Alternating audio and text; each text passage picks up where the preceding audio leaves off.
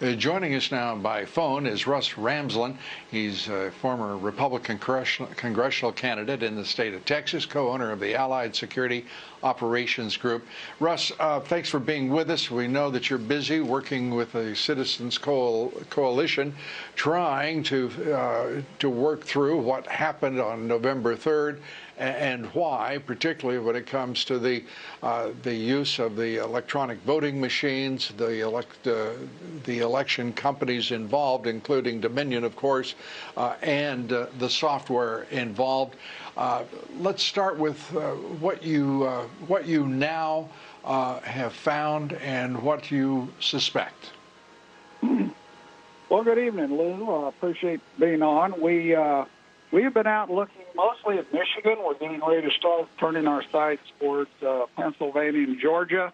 The things that you find in Michigan are amazing. There are over 3,000 precincts where the presidential votes cast compared to the estimated voters from the SOS is 99% all the way up to 350%.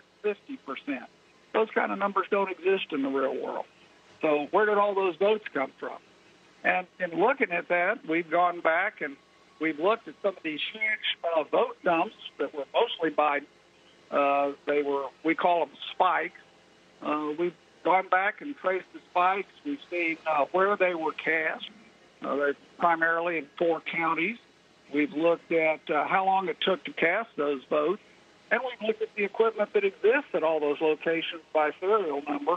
And the fact of the matter is, we can't see any physical way possible for some of those votes to have been in those kind of numbers because they just don't have the equipment that could produce it in that time. And that equipment that you're referring to, the national focus is right now on Dominion. Are you talking principally about the Dominion machines and software that are employed in 28 states, including many of those battleground states? That is correct. This is Dominion. Now, the Dominion it varies greatly from state to state in how it's used and where it's used and equipment used and other software put it. So it's not a uniform deal that you're looking at. So when you're investigating Dominion, you've really got to be prepared to look at about 4 basic configurations that goes around.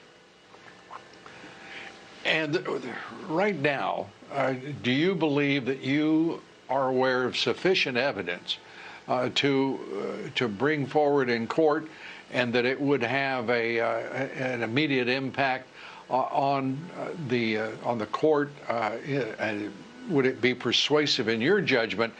Would it be persuasive to the American people with what you now know and what you suspect?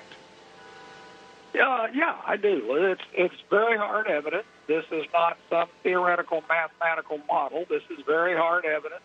And most, depending on which piece we're looking at, it's anywhere from probably 225,000 votes to over 400,000 votes that you would have to say are more than highly questionable. And that alone should convince the judge, I would think, that they needed to take a hard look at this election, because there is just no way that this election came off the way it's been portrayed. This thing was a mess from top to bottom, and we think that there is a stunning amount of fraud buried in this election.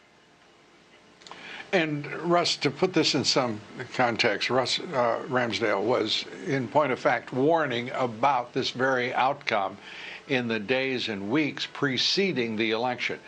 He did not turn to this issue, this corruption, this political corruption of our electoral system after the fact. He was warning everyone, and almost no one would listen to Russ.